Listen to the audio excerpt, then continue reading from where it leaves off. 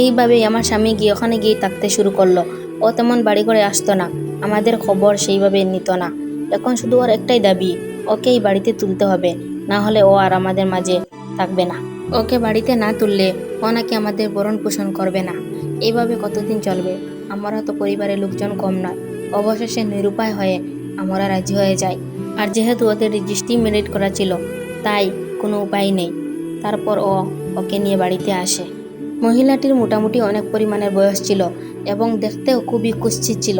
তাকে যে আমার হাজবেন্ডে কিসে এত পছন্দ হয়েছে তা আমরা বুঝতেই পারলাম না। আসলে মানুষ বলে না, যার চরিত্র খারাপ তার কোনো কিছু রুচিতে বাঁধে না। কিন্তু প্রথমে যে আমরা রাজি হয়ে যাই ঠিকই, ওকে বাড়িতে তুলি, কিন্তু পরে বুঝতে পারি তার কি পরিমাণ কষ্ট। মনে হচ্ছিল যে পরিমাণ কষ্ট আমি আমার নিজের আপুকে দিয়েছি তা যেন ফেরত পেলাম। ভাগ্যের কি নির্মম পরিহাস। আমি অনেক পরিমাণে কান্নাকাটি করি, ঠিক যেরকম আমার আপু করেছিল। সেই রকম কান্নাকাটি করতে করতে শেষ পর্যায়ে আমি জ্ঞান হারিয়ে ফেলি। কাঁদতে কাঁদতে বলতে ইচ্ছা করছিল যে আপু, আমি বুঝতে পারিনি, আমি ভুল করেছি, তার শাস্তি হয়তো আমি আজ পেলাম।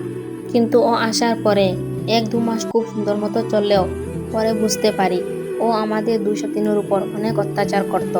সব সময় চাইতো আমার হাজব্যান্ড ওর কথা শুনুক, আর ঠিক তেমনই সব সময় আমার হাজব্যান্ড ওর কথা শুনতো। ও আমাদের কাছে আমাদের হাজব্যান্ডকে তেমন আসতেই দিত না। সব সময় ওর কথা মতো চলতে হতো, উঠতে বসতে হতো। এমনকি ঘরে কি খাওয়া দাওয়া রান্না বান্না হবে তাই ওর কথা মতো হতো।